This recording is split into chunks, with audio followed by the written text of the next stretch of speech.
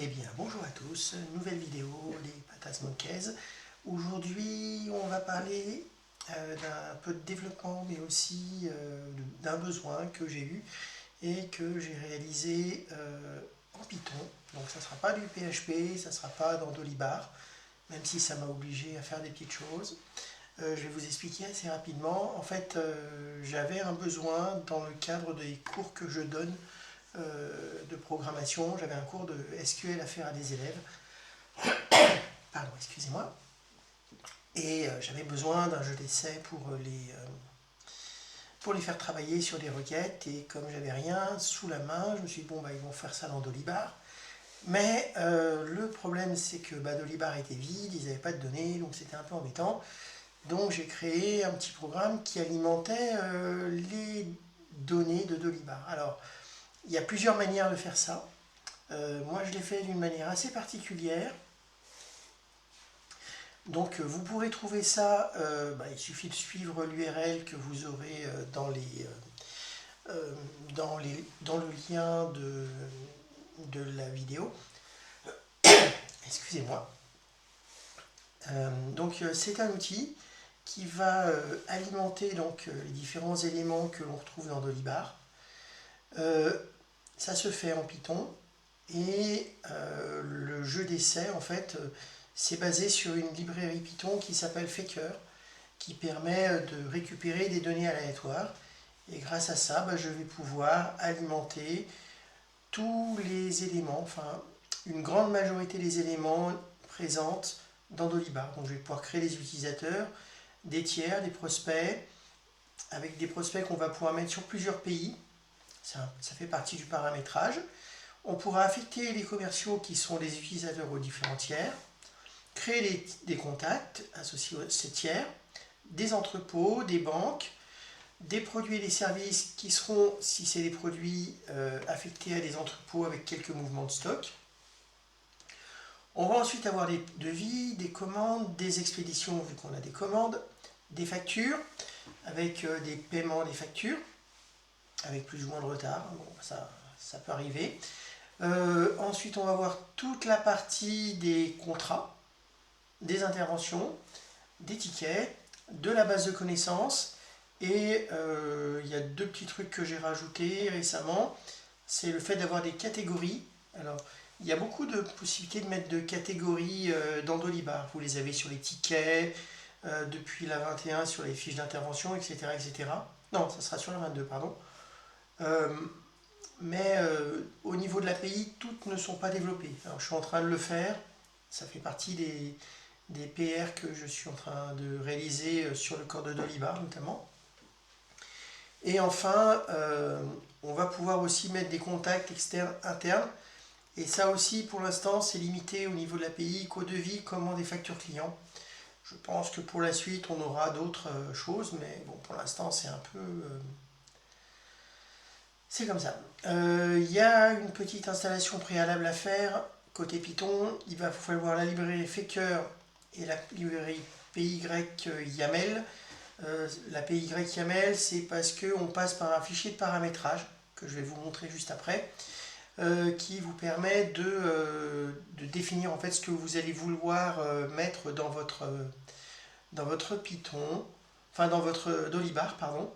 Et je vous ai mis tout un ensemble de PR que j'ai fait dans Dolibar qui permettent, alors elles seront a priori incluses dans la prochaine version Dolibar 22 qui va sortir durant l'été ou en juillet-août 2025. Donc si vous voyez cette vidéo un petit peu plus tard, dites-vous que ce sera déjà intégré nativement. Et si ce n'est pas le cas, si vous êtes sur une version plus ancienne, il vous faudra faire ces intégrations de PR dans votre Dolibar, si jamais vous avez besoin.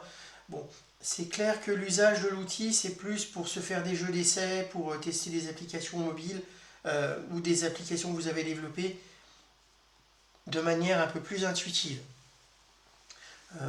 Accessoirement aussi, si vous ne connaissez pas trop l'écosystème Dolibar, que vous voulez voir un petit peu un Dolibar entre guillemets chargé avec de la data, c'est un bon moyen de fonctionner.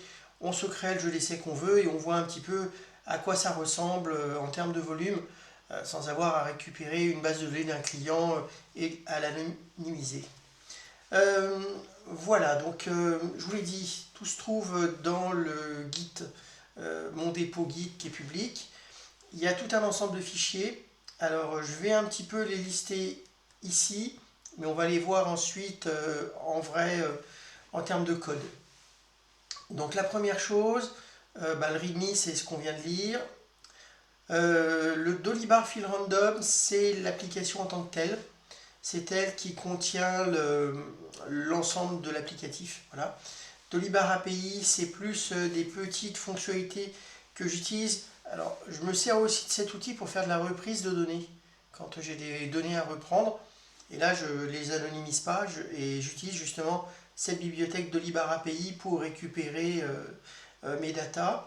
Et on a un fichier param_sample en YAML qui, comment ça s'appelle, qui contient en fait tout le paramétrage que l'on va pouvoir avoir. Donc là, on va le faire un peu rapidement, je vais vous le présenter vite fait.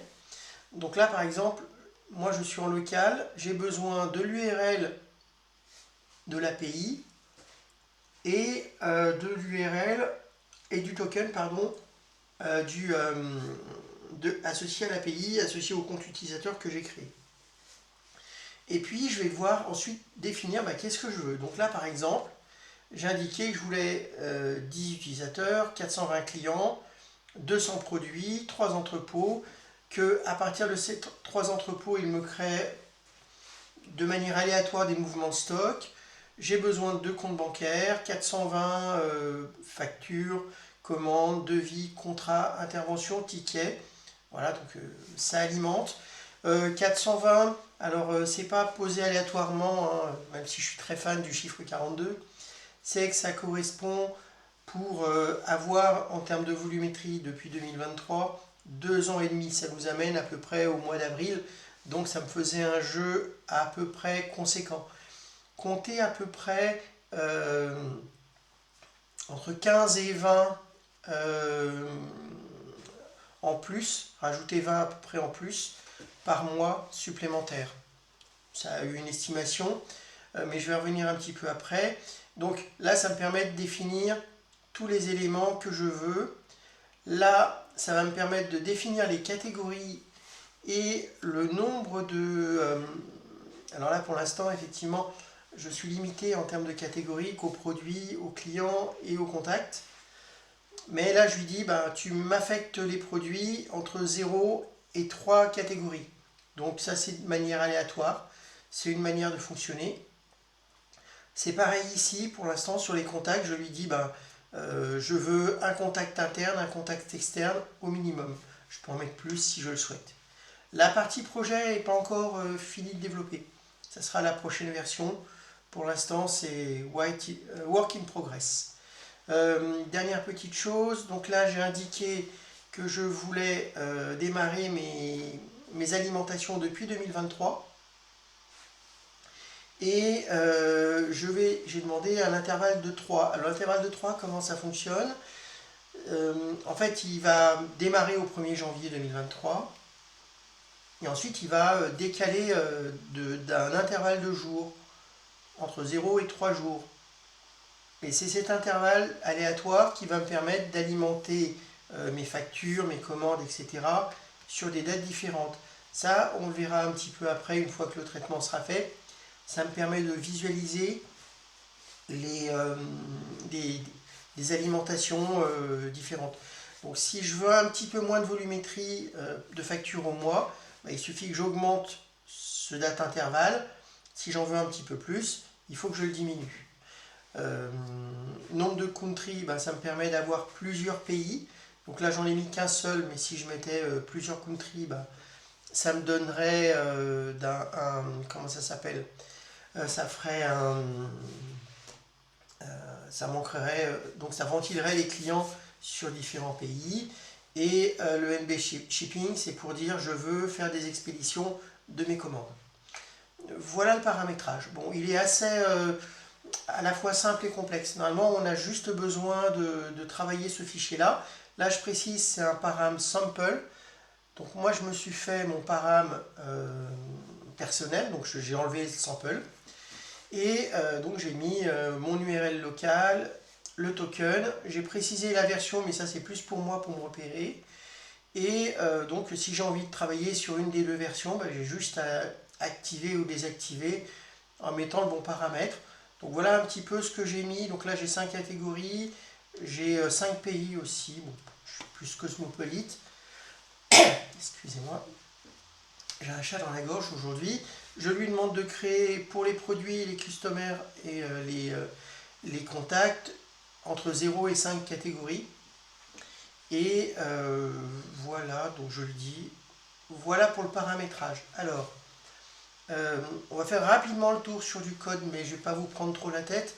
Le fameux dolibar.api, c'est lui qui va charger le fameux fichier param.yaml, qui va récupérer tous les paramètres qui sont présents dans l'API, définir le header.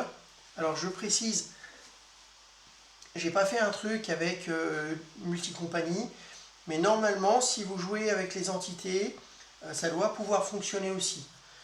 Faites-le moi savoir dans les commentaires si jamais vous jouez avec ça et que ça fonctionne. Derrière, j'ai des fonctions fill qui vont me récupérer l'ensemble des données que j'ai alimentées. Et le getRandom, c'est par rapport à ce que j'ai récupéré en local. Il va me tirer au hasard parmi le catalogue. Donc là, par exemple, sur les banques, il va me choisir une banque au hasard sur laquelle je vais faire le règlement, par exemple. Voilà, donc là vous avez tout l'ensemble, je ne vais pas trop rentrer dans le détail, on ne va pas faire trop de reverse engineering. Vous avez la même chose côté fill random, c'est l'applicatif principal. Donc là on voit qu'on utilise Faker et j'ai précisé FRFR pour avoir des noms de sociétés, de personnes qui sont des noms francophones, mais vous pouvez choisir d'autres noms si vous êtes en Allemagne, en Espagne ou je ne sais où. Et donc au fur et à mesure, donc là c'est toutes les fonctions d'alimentation et le programme démarre à cet endroit. Derrière, vous avez la création des catégories. Je vais récupérer mes catalogues de catégories pour les produits, les customs, etc. etc. Et derrière, je vais récupérer mes entrepôts. Pardon, je vais créer mes entrepôts. Là, je vais récupérer les entrepôts. Pareil que les utilisateurs. Là, je récupère à la fois les banques et les modes de paiement qui sont définis par défaut dans Dolibar. Alors, on va partir d'un Dolibar qui sera vide. Donc, vous aurez les paiements par défaut. Mais si vous en avez rajouté sur votre configuration, ils seront pris en compte naturellement.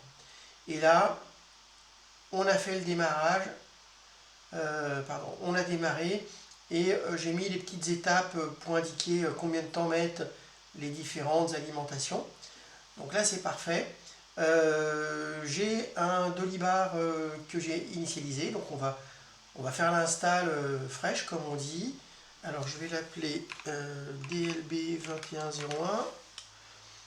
Je vais le mettre sur la 127.0.1 parce que je me suis rendu compte que si j'essaie localhost, là je suis sur un WAMP server, hein, je précise, j'avais des petits soucis de performance au niveau de la base de données. Donc il valait mieux passer comme ça. Je lui demande de créer la base de 0. On part vraiment d'une base totalement vierge. Je fais étape suivante. Là, ça va lancer la création des tables, le paramétrage. Bon, tout ce qu'on connaît, c'est du... Alors je vais en profiter pour vous faire patienter, pour vous parler d'une nouvelle offre que j'ai faite sur mon site. Si jamais vous avez besoin d'un peu de support ponctuel ou régulier, je pense si vous êtes indépendant ou si vous avez votre société mais vous voulez avoir un peu du support ponctuel sans rentrer dans quelque chose de contractuel, j'ai une offre à 90 €. J'essaie de répondre dans les 24 ou 48 heures. C'est en cas d'urgence. Mettez un message en précisant qu'est-ce qui s'est passé. J'essaie de vous rappeler rapidement si j'ai le temps dans la journée, voire dans la soirée.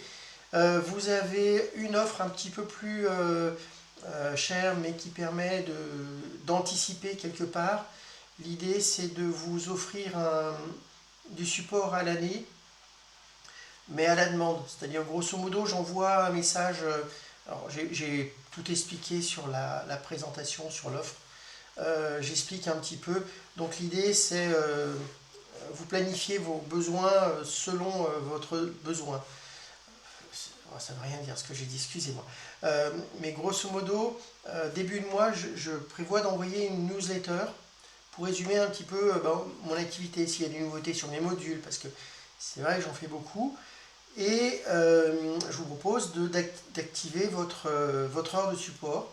L'idée, c'est d'en faire une par mois, si vous avez des besoins. Et dans ce cas-là, vous m'envoyez par retour à la newsletter un message. Salut, est-ce qu'on pourrait parler de telle thématique? Ou j'ai vu que tu avais fait ce sujet-là, ça m'intéresse. Et derrière, on fait une visio, un téléphone. Bon, je vois pas d'autre canal, mais on ne sait jamais. Et puis derrière, pendant une heure, on peut travailler ensemble sur votre sujet. L'avantage, c'est que ça vous fait un petit peu une assurance. Vous savez que vous avez ça. Ça me permet de soutenir mon travail aussi. C'est vrai que j'essaie de faire pas mal de choses un petit peu diverses et variées que je vous présenterai d'ici peu. Voilà, bref, donc vous avez cette offre et puis naturellement, si vous trouvez la vidéo sympa, vous pouvez toujours m'offrir un petit café ici. Merci à vous. Oui, c'est moi, quand j'étais à Malte, ça me manque, j'ai hâte de repartir. Enfin voilà.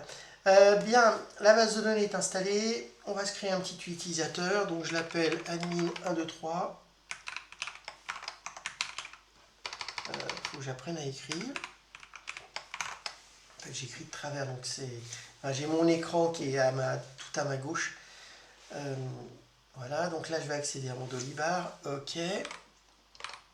Donc je me connecte. Il est totalement vierge, vide, comme on les aime. Donc là je vais mettre Dolibar 2101 avec 2 R, sinon je vais me faire engueuler par Laurent. Je vais dire qu'on est en France. Hop. J'enregistre tout ça. Parfait. Le seul module que je vais devoir activer, c'est le module de... Comment ça s'appelle? Il est où? Ah j'ai pas les yeux en face des trous aujourd'hui, je suis désolé. Le module se retrouve... non, c'est juste ici, voilà. C'est celui-là. Donc là, j'active le module des API.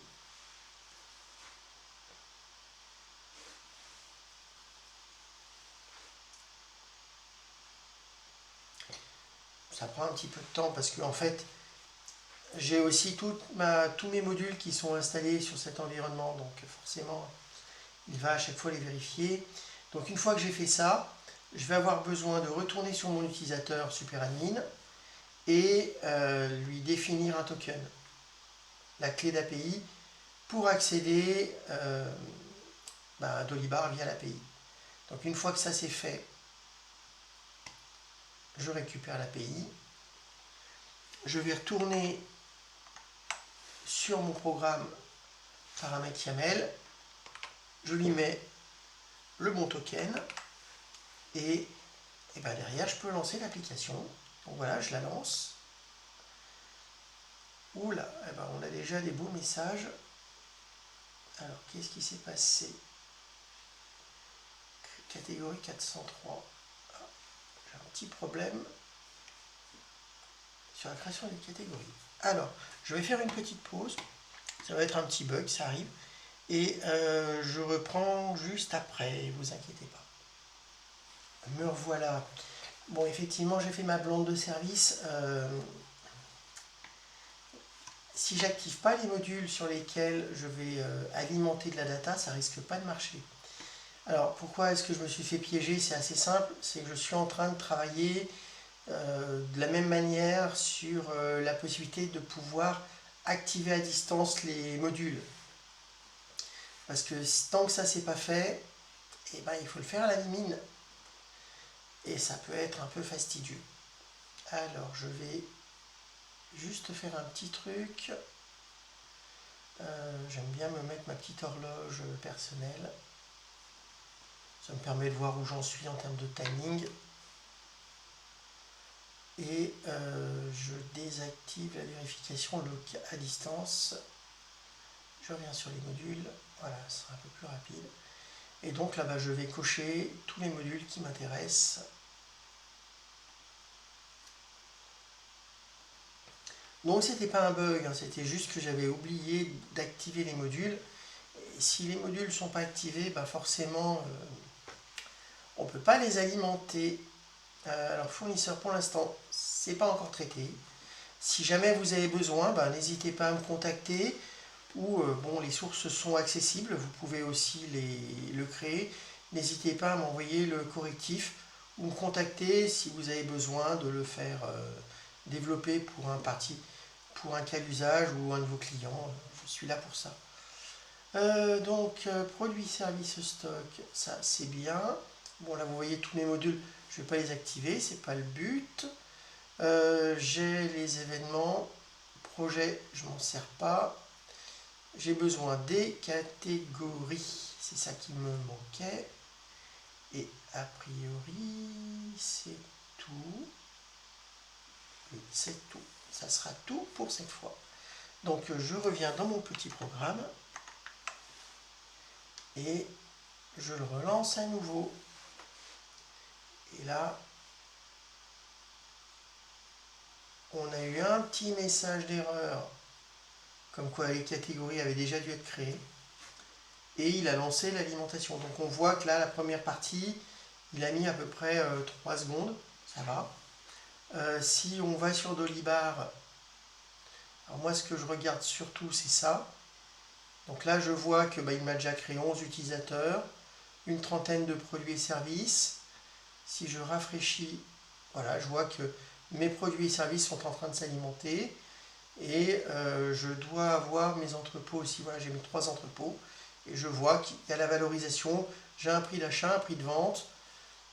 J'ai déjà de la donnée qui est présente. Je crois que j'ai déjà des mouvements aussi. Voilà, j'ai un stock initial. Les mouvements, ça vient après, si je me rappelle bien. Je vais revenir sur le petit programme. Donc là, il est en train de créer les produits et les tiers, normalement. Alors, c'est pas forcément le truc le plus passionnant, parce que, en fait, ça va mettre une bonne demi-heure, 3/4 d'heure. Ce que je vous propose, c'est que je vais mettre en pause et on revient avec toutes les datas alimentées, que je vous montre ce que ça a donné. À tout de suite. Hello, je vous fais un petit point d'étape intermédiaire. Donc là, on vient de finir les... Attendez, pourquoi ma souris, voilà. On a fini d'alimenter les clients et aussi s'ils sont prospères, cite les contacts associés. Des produits, des services, j'en avais mis 200. Et là, on est en train d'attaquer les factures. Mais globalement, client, prospect, produit, service, ça m'a pris à peu près 5 minutes. Bon, voilà, pour à peu près 200 clients et 200 produits, plus les contacts. Qu'est-ce que j'avais mis en paramètres? J'avais mis 420 clients, vous voyez, donc ça va. J'en ai fait un peu plus que je pensais. Et donc là, il est en train de faire les factures. Si je regarde les factures, alors ce qui est sympa avec l'outil, c'est que j'ai pu ventiler sur plusieurs mois. Donc si on regarde les statistiques, on voit que ça s'alimente sur chacun des mois, ce qui permet d'avoir des chiffres un peu plus sympathiques. Comme je vous le dis, vous voyez, on est entre 16 et entre 15, 13 des fois, entre 13 et 20 factures par mois. Et là, on a le montant des factures qui est lui aussi aléatoire. Si je regarde une facture, par exemple, donc là, elles sont quasiment toutes payées normalement. Tiens, c'est bizarre qu'il y en a qui soient impayées. Il faut que je vérifie ça. Au pire, je devrais les payer moi-même avec ma poche. Bon, tant pis. Ça peut arriver si vous n'avez pas les bons comptes. Si c'est un compte chèque, mais qui n'accepte pas les... Alors, je vais le modifier tout de suite. Si, normalement, lui, c'est bon. Donc là, normalement, il devrait être pris, celui-là. C'est bizarre que toutes les... Donc là, je vois bien les écritures des paiements. Donc ça, c'est cool. Qu'est-ce que je voulais voir au niveau des factures? Non, c'est étrange. D'habitude, elles sont toutes payées. C'est bizarre qu'elles ne le soient pas. Bon, au pire, j'en ferai une partie. Je sélectionnerai les impayés et puis je les payerai, hein. C'est pas... Parce que là, normalement, sur 2023, j'ai fait en sorte que tout ce qui est avant l'année en cours, ce soit traité, soldé et payé. Donc là, normalement, ces factures, elles devraient être à l'état payé. Donc c'est bizarre qu'elles ne le soient pas. Il y a peut-être un truc que j'ai raté. J'avais eu ce souci, c'était lié au compte bancaire. Et là, normalement, j'ai un compte bancaire qui va bien, donc ça ne devrait pas gêner. Compte bancaire chèque, caisse liquide. Ce qui est étonnant, c'est que celui-là, il accepte et pas l'autre. Ah oui, là, il prend que les paiements en espèces. Alors, ce qu'on va faire, je vais modifier le compte pour lui dire que c'est un compte qui accepte tout. Et normalement, on ne devrait plus avoir de souci. Bon, c'est très bizarre. Les paiements, c'est quelque chose qui est récent, hein. Ça fait partie des choses que j'ai fait en dernier, donc c'est possible qu'il y ait un petit bug. Bon, ça sera corrigé dans les prochaines. Là, d'après ce que je vois, il accepte maintenant les paiements, donc on va juste regarder un petit peu. Ouais, maintenant ça marche. Bon, il y avait un petit truc qui n'allait pas, je vais devoir regarder ça de plus près sur les factures impayées. Ouais, bizarre, bizarre. Et si lui, je le paie sans...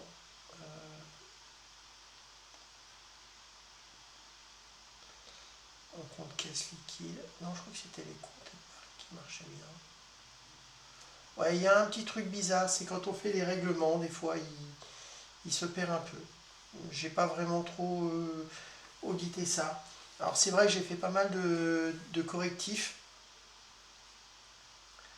Euh, donc je verrai ensuite s'il n'y a pas un petit truc. Bon, ça sera rajouté dans le fichier dans le MD pour savoir qu'est-ce qu'il faut passer. Donc là, vous voyez, on a fait déjà la première année. On est en train d'attaquer 2024 et ça s'alimente gentiment. Donc là, on peut voir les nombres de factures, nombre d'éléments. On va prendre une facture un peu au hasard juste pour vous montrer comment elle est constituée. Donc là, on voit qu'on a des lignes de factures qui ont été générées aléatoirement. On a généré le fichier joint. On a le... Qu'est-ce qu'on a d'autre? On a le règlement. Là, on n'a pas de contact adresse, mais des fois, ça peut arriver. Alors, si je vadrouille... Non, bon, pas de chance. Mais normalement, on peut avoir des contacts qui sont affectés à la facture. Bien, je vais remettre en pause. On se retrouve à la fin de l'alimentation de la totalité des enregistrements. À tout à l'heure. Eh bien, nous voici. Le traitement s'est terminé. Vous voyez, alors bon, je pense que ça a été ralenti parce que j'utilise aussi mon logiciel de capture vidéo en même temps. Mais grosso modo, ça m'a mis 1 heure pour alimenter la totalité de mes données. Alors, si maintenant je fais un peu le tour, je vais voir que j'ai des propositions commerciales, j'ai des commandes, j'ai des contrats. Alors, je précise que celui-là, il a été rajouté récemment, hein. Ça fait partie des correctifs que j'ai postés cette semaine. Et là, vous avez les interventions. Alors, si je prends une intervention au hasard, hop, qui est validée, donc je vois du texte, je vois quand est-ce qu'elle a été traitée, etc. etc. Si je vais sur les commandes, je vois celles qui sont en cours. Comme je vous l'ai dit, celles de 2025 ne sont pas encore livrées, alors que celles d'avant le sont. Et si je vais dans produits services, je vois ici les expéditions qui ont été faites. Donc là, par exemple, je vois que cette commande, il y avait du produit dessus. Donc il a bien fait l'expédition avec le poids calculé. Donc bon, c'est du classique, je dirais. L'avantage, c'est que ça a été traité automatiquement. Qu'est-ce qu'on a d'autre? Donc les mouvements bancaires, on a des sous. Sur la compta, les rapports fonctionnent. Il y a aussi les tickets. Alors ça, c'était un peu compliqué parce que les dates des tickets étaient pas bons. Et vous avez enfin la base de connaissances. Alors vous n'avez pas de statistiques sur la base de connaissances. Ça fera partie, ça sera sans doute comment ça s'appelle, un PR que je vais faire. Idem, les tags catégories, pour l'instant je ne peux pas les utiliser. Mais ça sera fait pour la suite. Là on a des tags pour les produits et on voit les produits qui ont été associés automatiquement aux tags.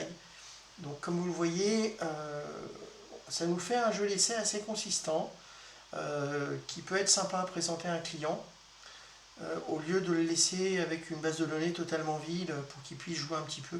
Je pense que c'est quand même plus sympa de tester avec un environnement bien rempli déjà, sachant que grâce au fichier YAML, vous pouvez préciser tout ce que vous voulez en termes de volume. Donc si votre client vous dit oh j'ai pas beaucoup de produits mais j'ai beaucoup de clients ou je fais pas beaucoup de factures par mois, avec ça vous allez pouvoir vraiment faire un tuning très précis de ce qu'il a besoin et de lui présenter un environnement tel que il pourra l'utiliser plus tard. Et voilà, bon j'en ai fini. J'espère que ma vidéo vous aura plu. Moi je me suis bien amusé à faire ce développement. N'hésitez pas à vous abonner, j'essaie de toujours poster des vidéos régulièrement. Et puis de toute façon, à très bientôt. Bonne journée à vous. Et bon, comme c'est le 1er mai, bonne fête du travail. Au revoir.